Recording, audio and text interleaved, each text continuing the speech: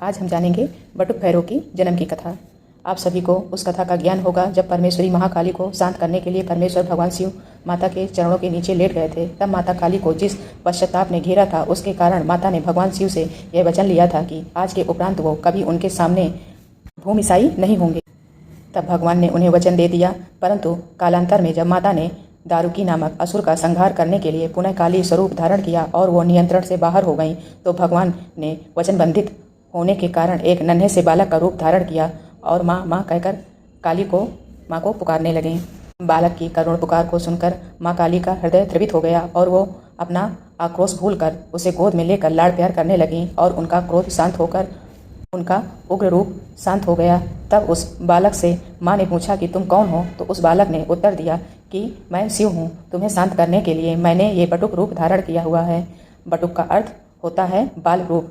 तब माता ने कहा कि आप अपने पूर्व रूप को धारण करिए। तब भगवान शिव अपने शिव रूप में आ गए।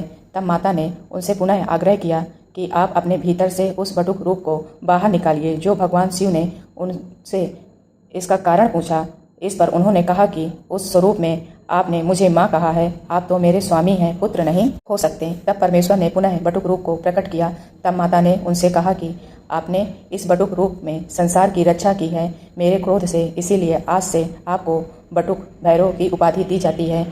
आज से आप बटुक भैरव के रूप में पूजे जाएंगे, मेरे पुत्र के रूप में जाने जाएंगे। बटुक भैरव पापियों के काल हैं। उनकी उपस्थिति जहाँ साधकों को सुख का आभास कराती है, वहीं वो बालक 5 वर्ष की आयु में भी पापियों का काल है। सोचिए कि जिस बालक ने माँ काली को क्रोध को शांत कर दिया, उनके सामने कौन ऐसा है जो अपनी शक्ति दिखाएगा। ये थी बाबा बटुक भैरव की उत्पत्ति की कथा। वर्णित 2 भैरवों के अलावा कोई भी ऐसे भैरव नहीं हैं जिनकी उत्पत्ति साक्षात भगवान शिव से हुई हो।